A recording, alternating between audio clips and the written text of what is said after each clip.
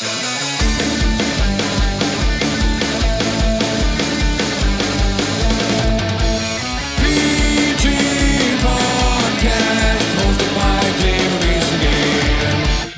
everybody to Powergrip Podcast and episode number 7. My name is Teemu Nissinen and I'm your host. Today I have a great guest who have played disc golf almost 20 years and he's heavily active in growing the sport of disc golf.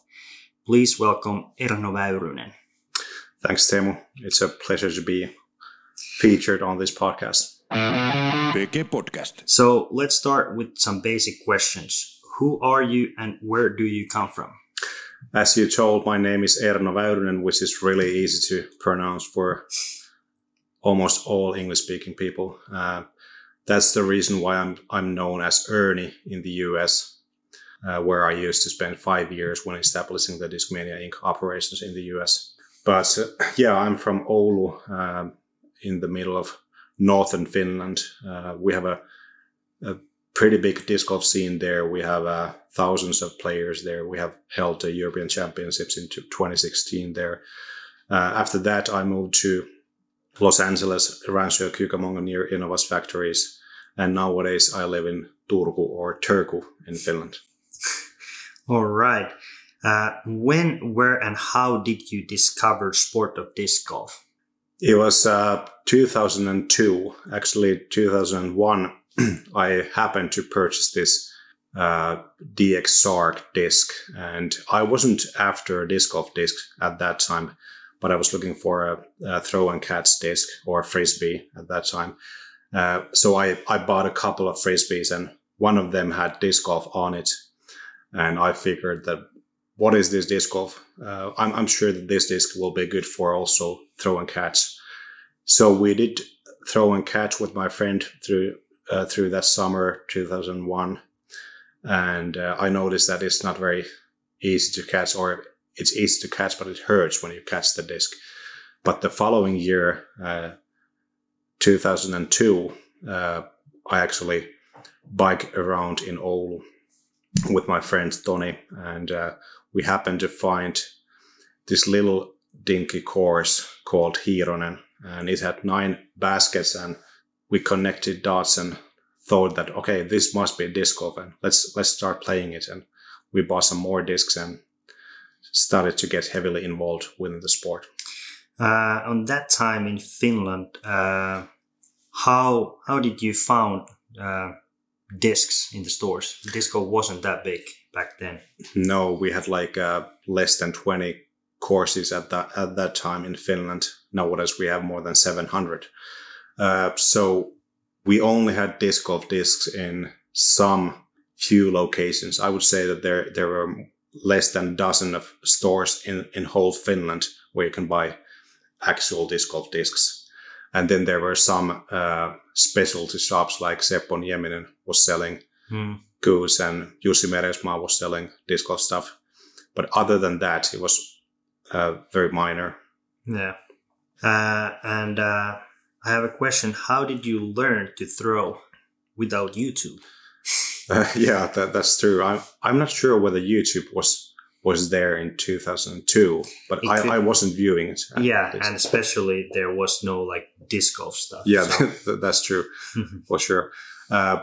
I'm self-taught, and the funny thing is that I've now been involved within the Finnish Disc Golf Association, creating materials on teaching disc golf. So it's funny that even though I haven't been taught, and I think it's the same thing for most of us, especially more old school frisbee golfers or disc golfers, as they say in the English-speaking countries, that it's typical that there is no structure. There's nothing like that, which is also why it's really important for me to build those kind of structures for the future generations.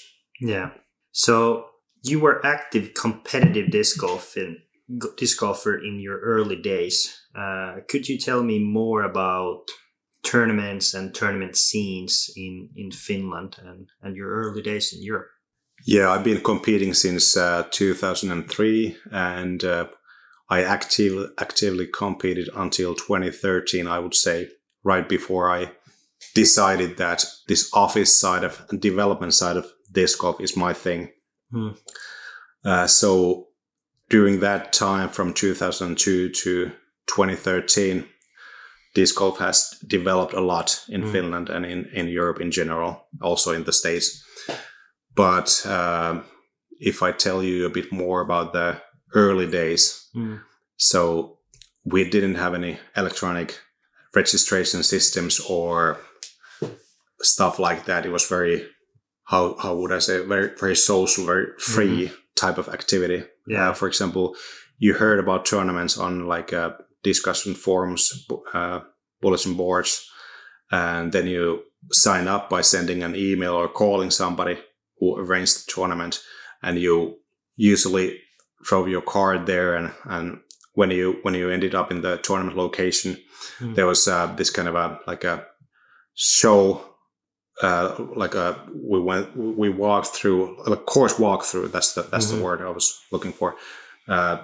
We didn't have like necessarily course maps or anything like that, but we walked through the course and went through the special rules or any important stuff like that. Mandatories, and OBs. Exactly. So it was very, very like nothing like you can't mention professionality and disc golf in the same sentence during that day. But very soon after disc golf started developing, especially in Finland, from that things started to develop quickly, and we established more structures for all the basic stuff for how to display course maps and how to inform about tournaments and tours and all that kind of stuff. So we have seen a 360 wide range of developments within the sport. Yeah.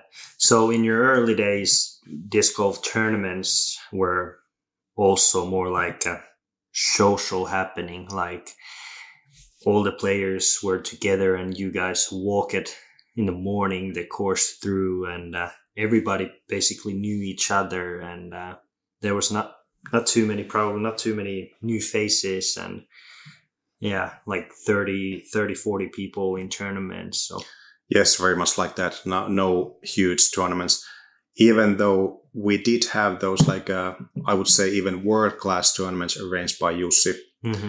Most of people listening to this show know Jussi Meresmaa, who is one of the key figures in Finnish disc golf. And also before that, Seppo Nieminen has been one of the key figures, and Jussi Vieri. There are many names I won't mention here necessarily, but there are more people who have been behind the growth of disc golf. But that's true. Even 2002, 2003, the tournaments were quite small, and there wasn't this kind of a thing that you could play disc golf for a profession, or you couldn't even sell discs for like a profession. So it was really small time. Yeah. PG Podcast. What's your greatest tournament memory? As a player or organizer? As a player. Good question. There are so many great events I've been able to take part in. One of the biggest things definitely was my first tournament in 2004. I mean, first international tournament.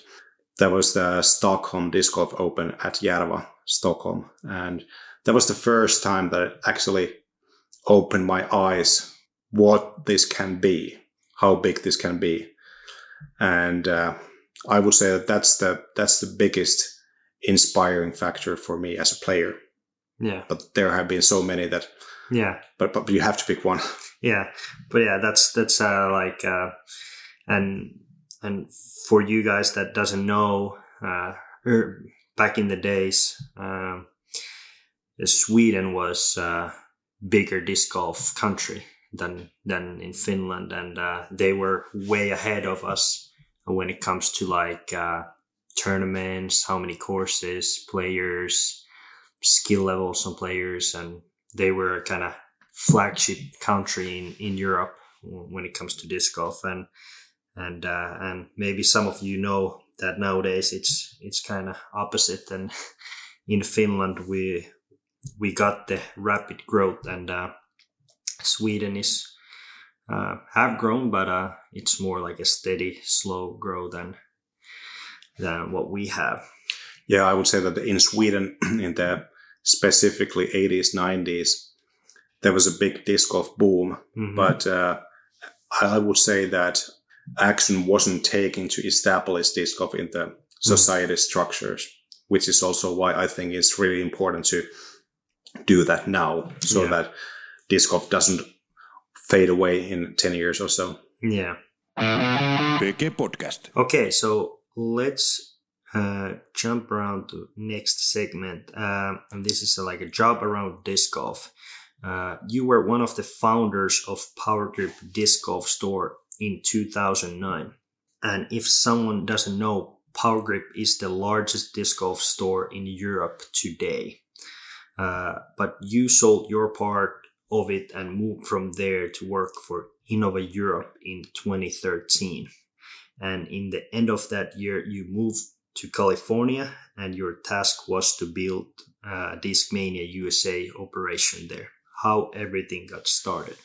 It's a simple question, but the answer is pretty long-winded. But let me try to make it as compact as possible. So in 2009, we established Powergrip. And if you imagine a place where there's snow in the ground for, I would say, 5 months of the year, the first thing that comes to your mind wouldn't be selling frisbees, especially in the middle of area that there are not too many people there. And I'm a very analytical person, and I was like against doing anything like this business-wise. Obviously, I was excited, but it took my good friend and mentor Pasi Laukkanen to really convince me to try things, not over analyzing things, but just let's buy these discs, like a few boxes from, I think, Disc Sport Sweden at that time. We bought the first batches of discs, and we just tried to sell them. And we didn't even have to try, because we sold them out immediately at a weekly event. So I also thinking that maybe there's something behind this idea. Yeah. But like at that time, I used to work in the IT business, and I was doing programming and software and access control stuff, and that was what I studied also. And it took me some years to realize that, heck, this sport is really growing really, really fast. This could be my main thing to do someday. And it was 2013 when I realized that now is the time to really try this like full time. I dropped my IT job, got my salary in third. We had this thing called pea soup in Finland. That's like basically water, some ground beef, and peas. I started eating that stuff and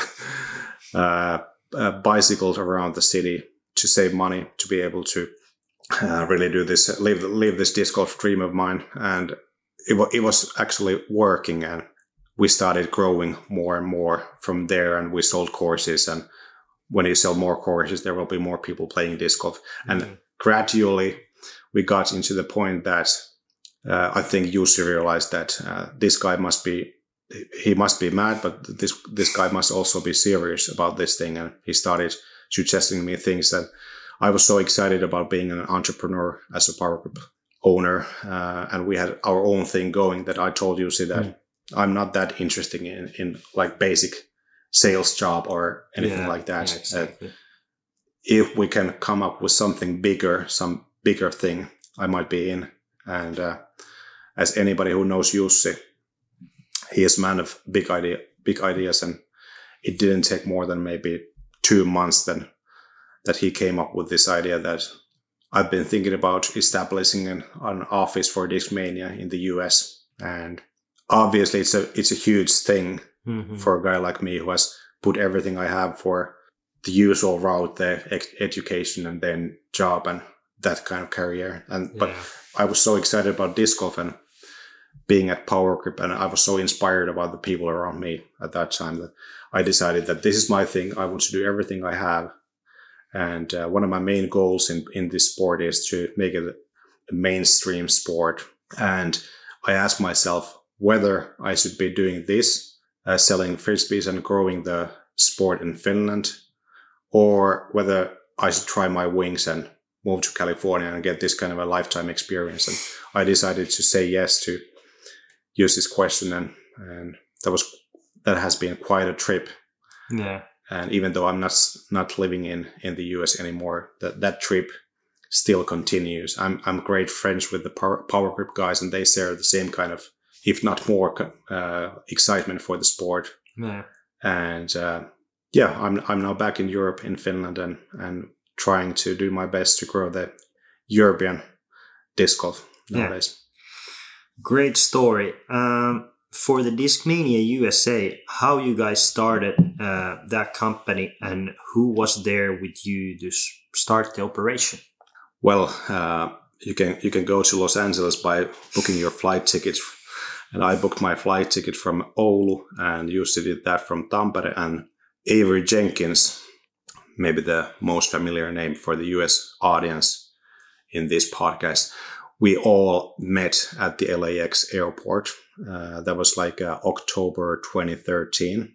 And all we had at that time was rental car and a little corner at one of Innova's warehouses. So that was the beginning point. We didn't have any accommodation, so we had to find a place where to stay. We didn't have a company there, so we had to learn how to establish a company in the US.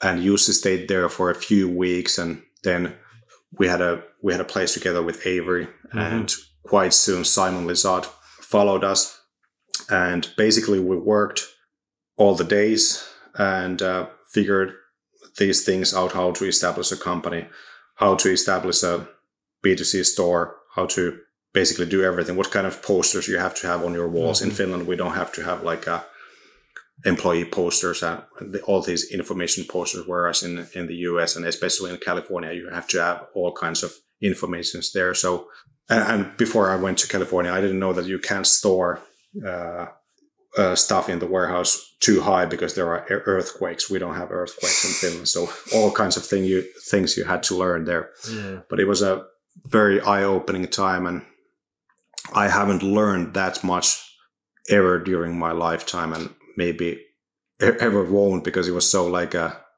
day and night. You learn something new and got to experience all the new things. So it was really exciting. It was very educating and inspiring, and I have lots of good memories from that time. Yeah. So the main things when you guys started the operation was to, first of all, to actually even build the company, and then start to do a website, and for like an end customer based website, and after that start to like actually found like some like B2B customers, everything started from that little office. Yeah, we basically didn't have anything. I'm really thankful for Innova guys that they helped us during the beginnings, especially Sam Ferrans, who was our main point of contact. And we didn't begin our B2B operations anytime soon because Innova had much more muscle for doing that. Yeah. But we started with B2C. We hired Ryan Rintala, was it April 2014? And he's one of the key figures who made Discmania what it is nowadays. And soon after that, we were able to hire more and more people. And from ground up, we have built an operation that turns quite a lot these days, sends a lot of discs to the US continent. Yeah.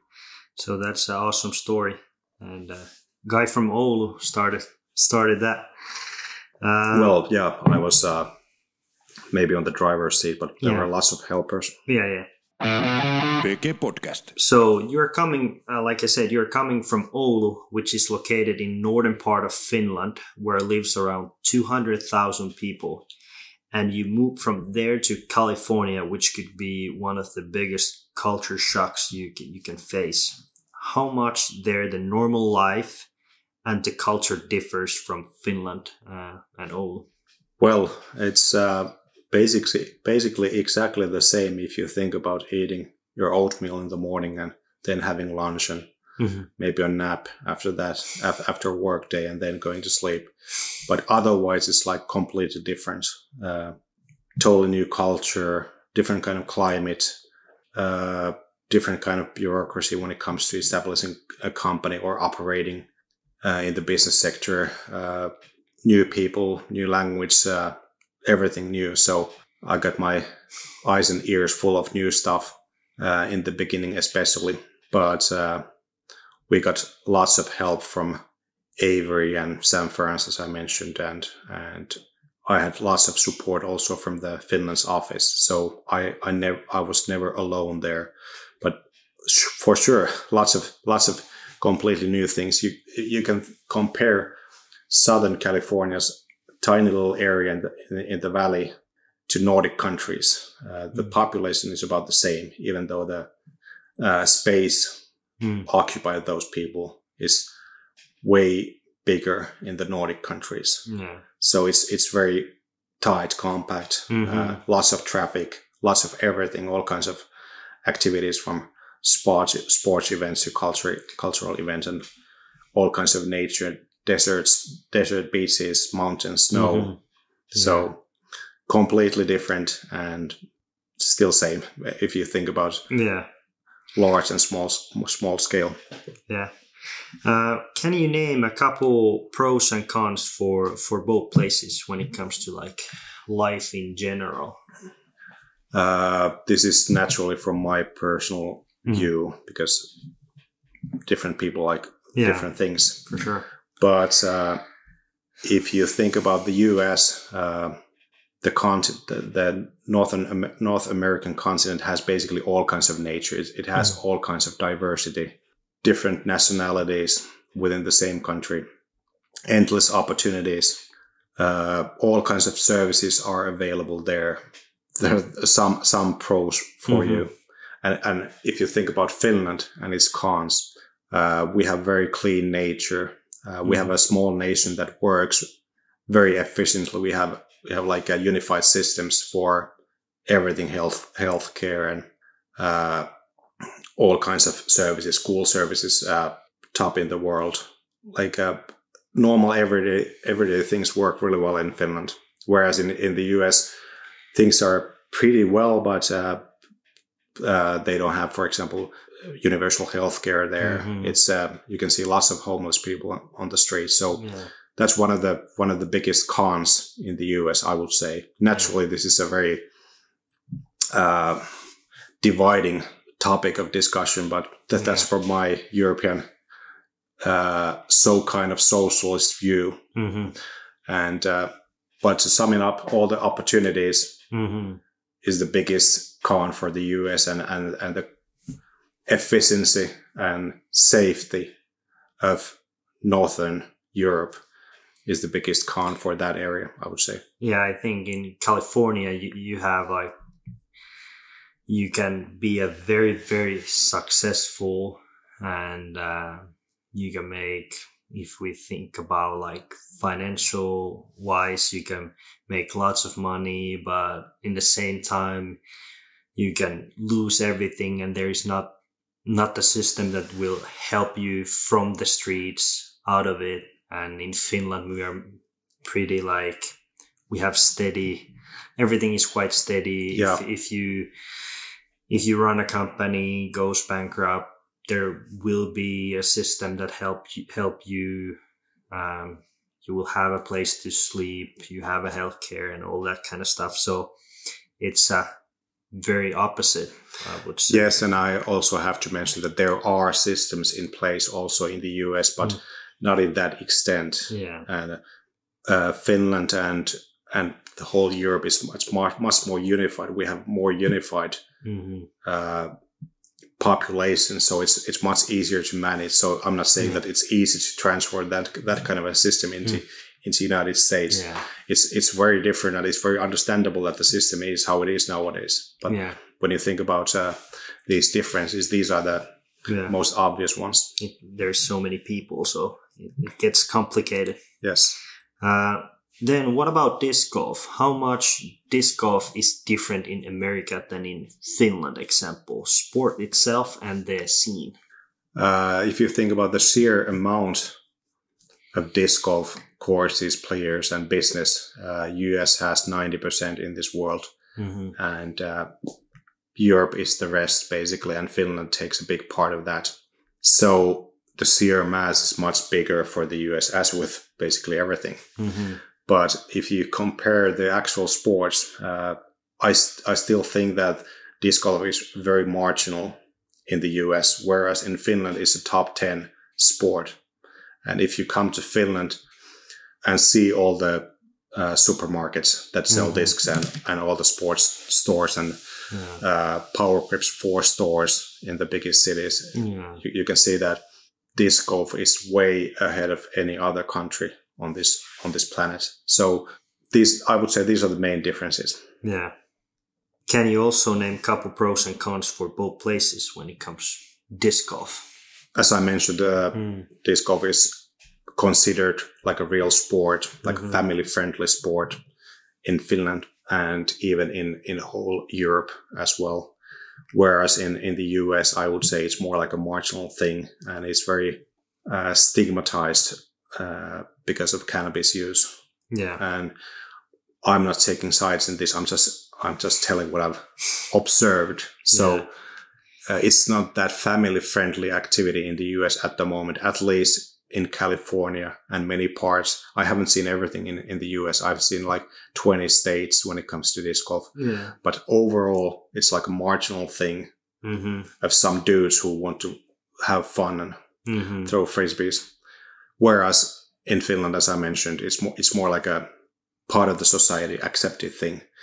And yeah, those are the main differences. I can't come up with any other pros and cons. Obviously, in the US, endless opportunities. In Finland, we have basically not necessarily maxed out everything, but as a phenomena, it can't get much bigger in Finland. And we don't have that big of a difference in the world because we're such a small nation, but we can develop models here and take it to elsewhere to be utilized there. Can you name a few differences when it comes to like disc golf courses? Because those are quite different in here and there. What are them? Maybe they're like a where the disc golf courses are located and the system that we have and they have. Yeah, as I mentioned, disc golf is a marginal sport in the US, and even the word sport is a bit questionable in that scene. And I don't like to generalize things, but I would say that in the US, you find much more par 3 courses in very public areas like crowded parks and next to parking lots. And even in the pro tours, you can still see that people tee off from sidewalks or next to the tee or stuff like this. All these little things are very odd for a Finn, especially for me when I moved to Rancho-Cucamonga and started adventuring the US disc golf. I had been there in 2008. That was my first trip to the US, and I played quite a bit of disc golf courses in Northern California, especially. But I would say that par 3 courses in 2 crowded areas as a side sport, it's not the main thing in many places, and you have to be like you almost have to apologize that you play disc golf in that park. It's not established that much there, even though it's still, you have to remember, it's 90% of everything what happens in disc golf. And if you think about Finland, we have lots of courses per capita. We have 700 courses per 5.5 million people. So compared to the US, it's like 8,000 courses, or what was it? 8,000 something like that. And so they have 300 million people. 300 million people. So it should be like should it be 60 times Finland's course? So 42,000 courses. I might be wrong in my math, but something like that. Yeah. If the US scene would be as big as in Finland per capita. So for American listeners, could you explain where in Finland we have disc golf courses, when in America they have public parks? What kind of system we are working here? We do also have courses in public parks, but we have more land where there are not too many other people. We have lots of forests, for example. We have wooded courses.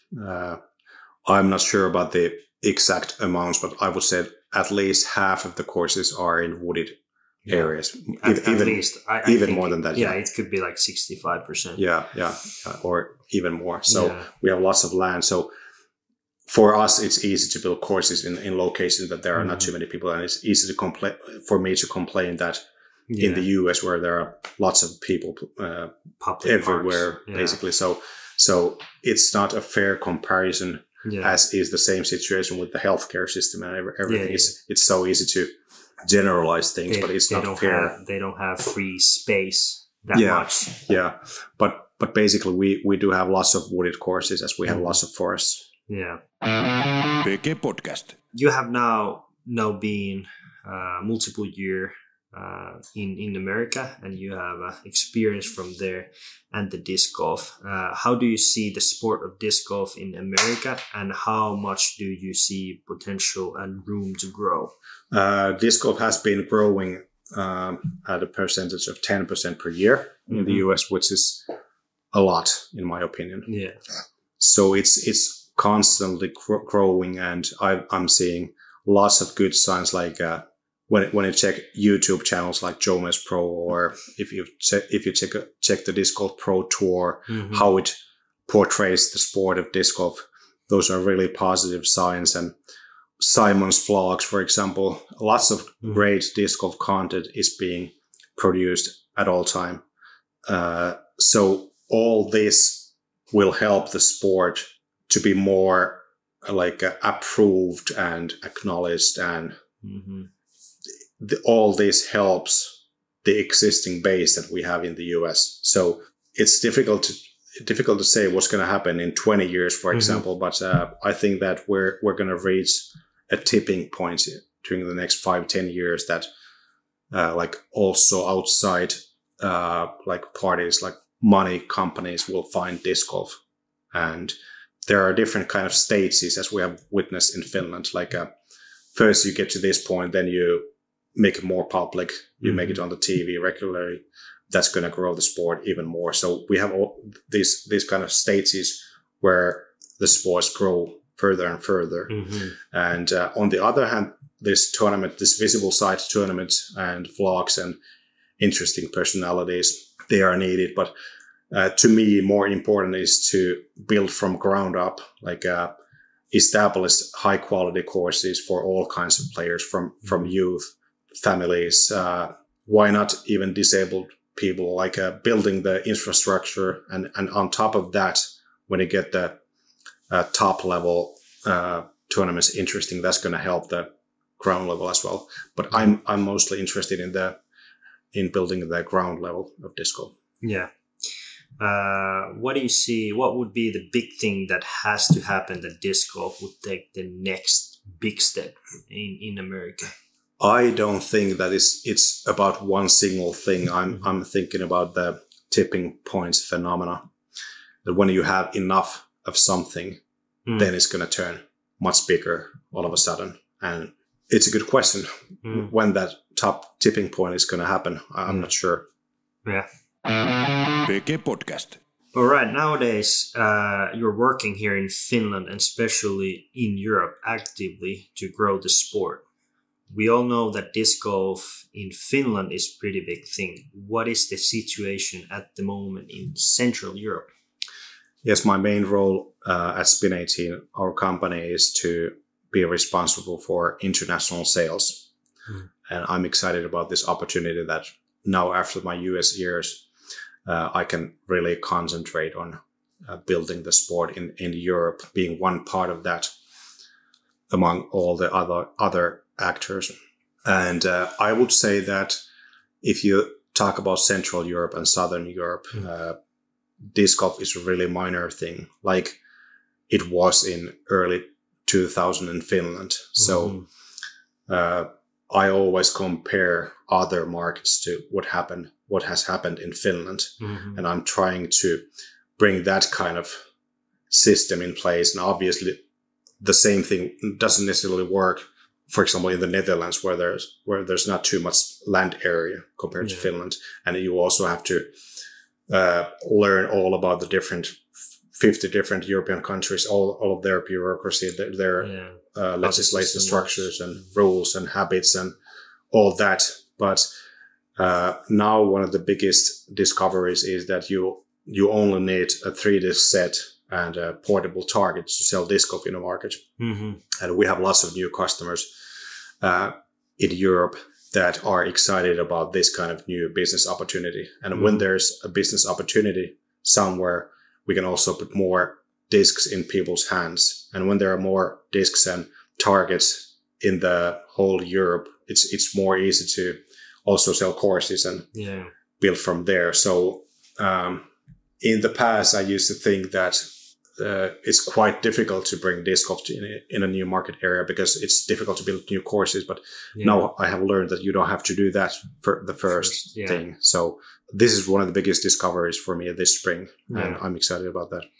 Yeah, and actually, basically that same thing have happened in Finland as well. When, example, you started like play disc golf, and we had only a few courses, and when we had like tournaments, there was portable baskets, and we built the courses temporarily just to like for 1 day, 2 day, and everything got started that way. And then cities got some point, excited about that, and now we have a course in every city. So this is actually an excellent point, Teemu, because in the past when I started, we didn't have that many courses, but we all already had those portable targets. So we built those courses and played there, which also meant that you had to have that walkthrough because nobody knew the course, basically. But nowadays, we don't even have to think about that because we have more than 700 courses from Helsinki to Inari, that is the northernmost tip of Finland. So basically, you don't have to do all the work to arrange the tournaments that much because the course is already there. This is also a good point when you're building new markets. Yeah, exactly.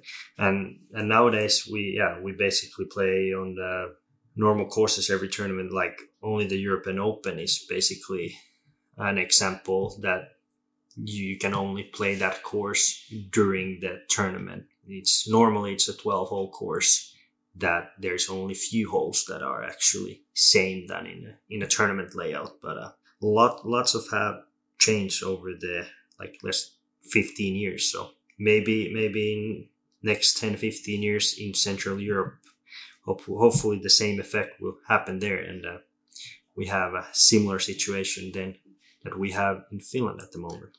That's the goal. Do you see that it is possible that there here in Europe or sport could be as big as it is in States someday, and we could have full-time disc golfers? I would say yes, in certain extent. I can't see that we would have that kind of a touring system inside Europe. Maybe, yes, but lots of things has to happen before that. But I would say that disc golf can be much bigger on the ground level, like a grassroots level, family sport kind of thing. And I think that we should focus on that instead of bringing big tournaments to Berlin, for example. It's possible there are courses there already. But still, I would say that I would build from ground up. And then when you have a certain base available, then it's easier to, and there's more interest for that top level activities as well. I would say, yes, it's possible. In 10 years, it's possible for a few dozen of European players to make their living inside Europe. I would guess so, and I'm working for that. You have always been working like last 5 years or so building a structure to get disc golf into the school system. How's that? What's the situation for that at the moment, and what you have been working on? Yeah, as I mentioned earlier, it's really important for me to include disc golf in society structures. So it's not just a boom thing that goes away like it happened in Sweden in the 80s, 90s, or after that. So it's been really important to me to be involved in creating like a teaching materials, educational materials for disc golf. And in Finland, we have already trained roughly 150 like first level disc golf instructors. So we have a really good structure in place that there are lots of people in Finland who are capable of teaching disc golf in the same unified way. Yeah. And we are taking this system in Denmark as well. They are developing their own similar system on top of this system. We have been to Iceland, and I would say that Finland is a good disc golf laboratory. And we're experimenting things there first, and then whatever we learn there, we can suggest to other countries around us that could benefit from this. And everybody benefits when there's more disc golf, at least we disc golfers, things like that. Yeah. So yeah, that's obviously could be a very, very big thing. Like if we're thinking about that, if disc golf could be some point a part of like school system, and there like so many young players would discover disc golf that way, because it's funny, like when I started disc golf 2005, and in Finland disc golf was very, very small thing, but already back then, like we had in some schools we had disc golf classes on when we had like sports. And I discovered disc golf that way. And it wasn't normal thing back then, but we had just one teacher who had played disc golf for a long time, and he wanted to do that by himself. And if I see that would happen on multiple, schools and multiple countries, all the new Simon Lisodes and Paul Macbeths would start from there. And Teemu's. Yeah. But it's very, very easy to, when you discover the sport, like let's say age of around like 10, and then you start from there, and there will be new super good players coming up after that, and that will help the disc golf grow big time. Yes, and I think that we should use these kind of case examples better when we're introducing this sport on an international level. Yeah. Because it only makes sense. Yeah. You don't have to have deep pockets in order to play disc golf. Yeah. It's very equal. It's easily available. It's not expensive to build places where you can play disc golf. So it only makes sense. And even during these epidemic times, it's a very epidemic-friendly sport compared to many other sports. Exactly. So there are so many benefits, not to even mention about like obesity. People who are obese, they are having a hard time starting, for example, basketball, which is a sport that I love. But still, it's much more difficult to go to the basketball courts and start playing basketball on a team compared to disc golf, where you can just buy a few discs and go to your local park and start walking more and getting healthier.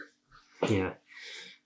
What's your, like we all know that disc golf is quite, I say, affordable sport to start and play. What's your opinion regarding pay-to-play courses? Do you think that in the future we should see that more, or is it a good thing that most of them are free to play? And what would be the benefits if we would have more pay-to-play courses? I would say that it's a fantastic thing that most of disc golf courses are free to play. But when it comes to pay to play, I don't know many sports that are popular and widely known that don't have any fees, business involved in it, which is why I think that there should be pay to play courses that offer the best possible experience when it comes to playing disc golf and gives all the services that the players who are ready to pay for that could enjoy. So exactly. I would say both are really important, and the majority should be free to play, but there should be this like a higher level of courses that anybody who's willing to pay for a better experience should be able to do that.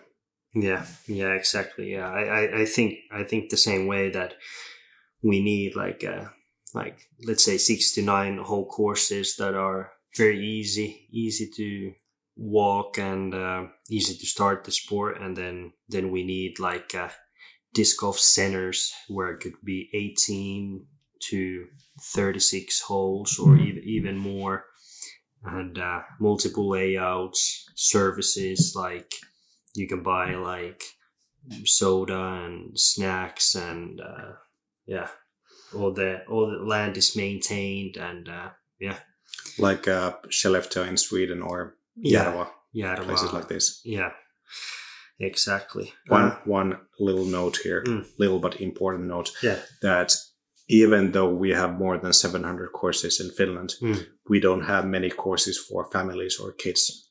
Yeah. Most of the courses are for tournament level players or like adults, and we definitely need more courses for young people, kids. Yeah, in the cities and small parks. Yeah, easy part 3 courses, and PG Podcast. How likely do you think that here in Europe we could play disc golf full time for a living as in America right now?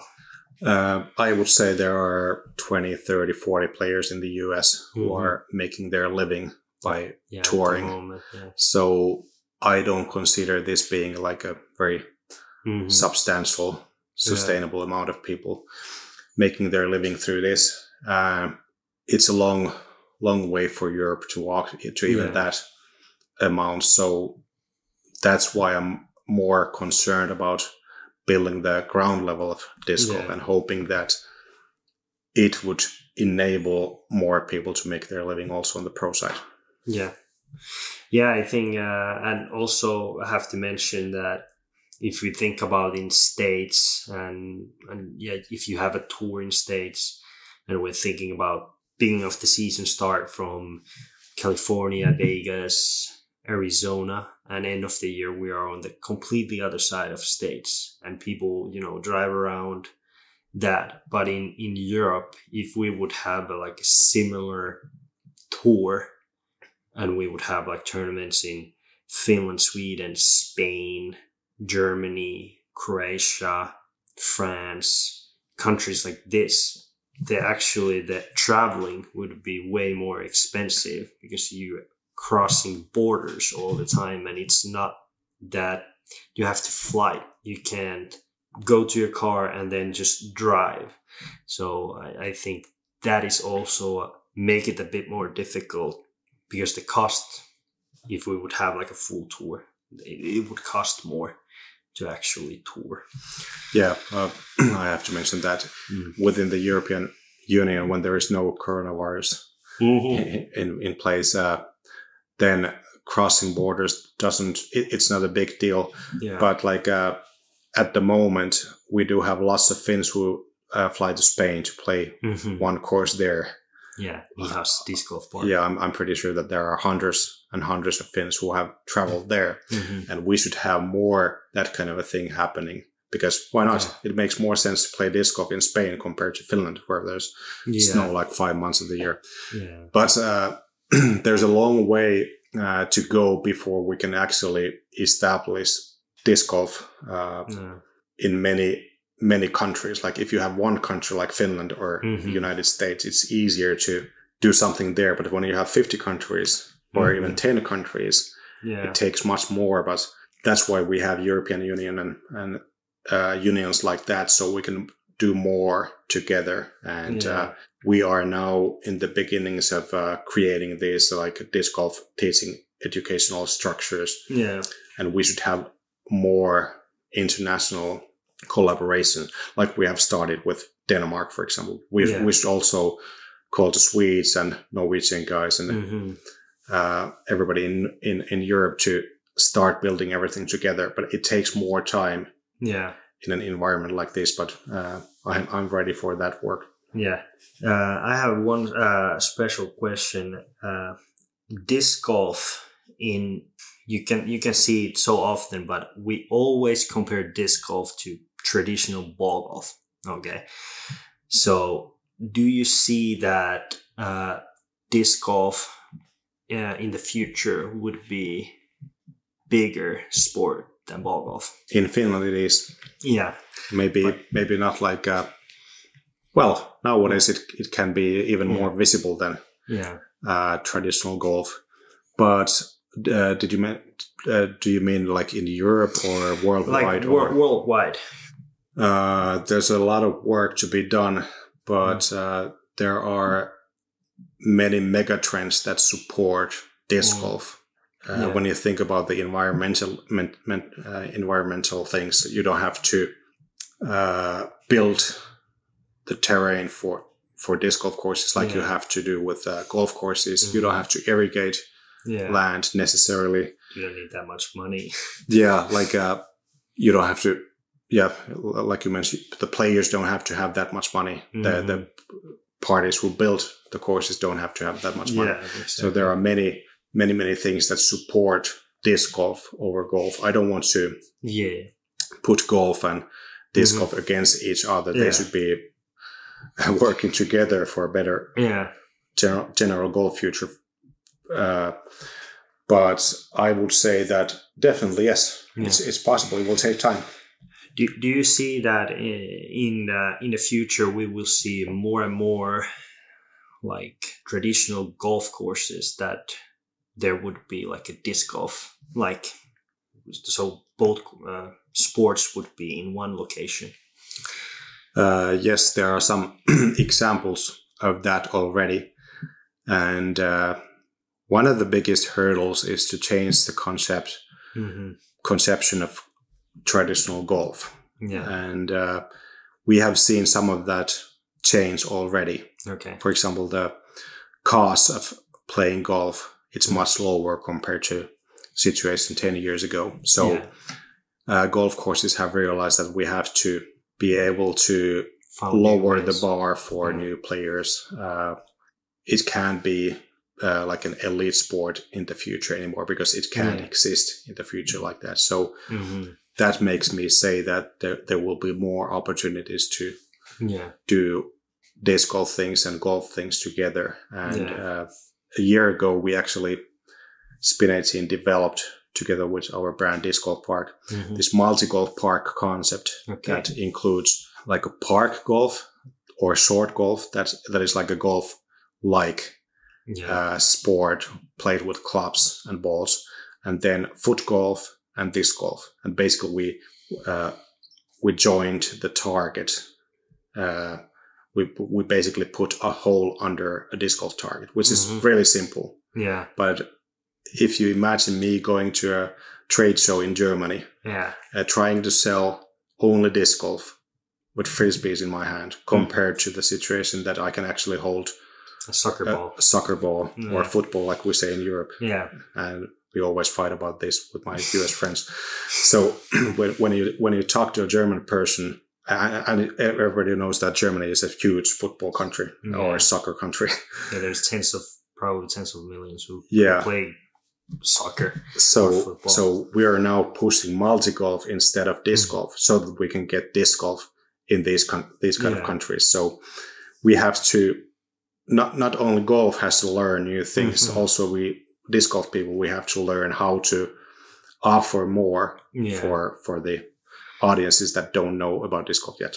Yeah, and I really like the concept that for also like if you would be a big time soccer football player and you have played that for for life, and you would go like a multi-golf course, it would be actually like fun. Like there is like you have mandatories or like holes that you have to go through, and you play a hole with football. So like new ways, also like new thing for them as well.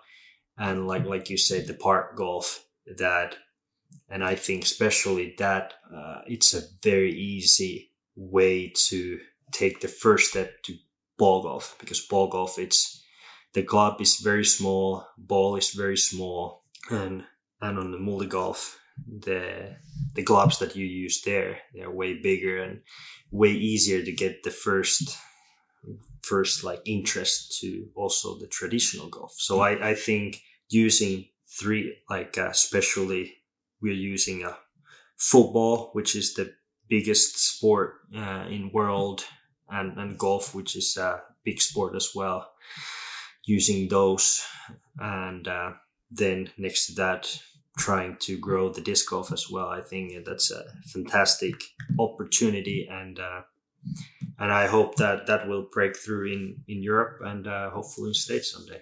Yes, I'm personally doing more multi-golf park designs this season than disc golf park designs. Okay. So it's a win-win solution for all parties. Yeah. And if I can advertise a little bit, you should check multigolfpark.com for more information. Yeah, for sure. And also, if I have understood right, these multi-golf parks, also you guys are building these to like parks that are easy. It's easy to walk there, and if so, you don't make those into the woods, so everyone can literally come there and enjoy the park. Yeah, multi-golf is mainly for kids and families. Yeah. And other special groups, like for example, we're currently designing a course for like a wheelchair. Yeah. Exactly. People in wheelchair. So there are not too many sports that they can play, but this multi-golf with short holes in a level flat park is something that they can really do. Yeah. And this also solves the problem of us not having suitable places for kids and families to play disc golf. PG Podcast. Perfect.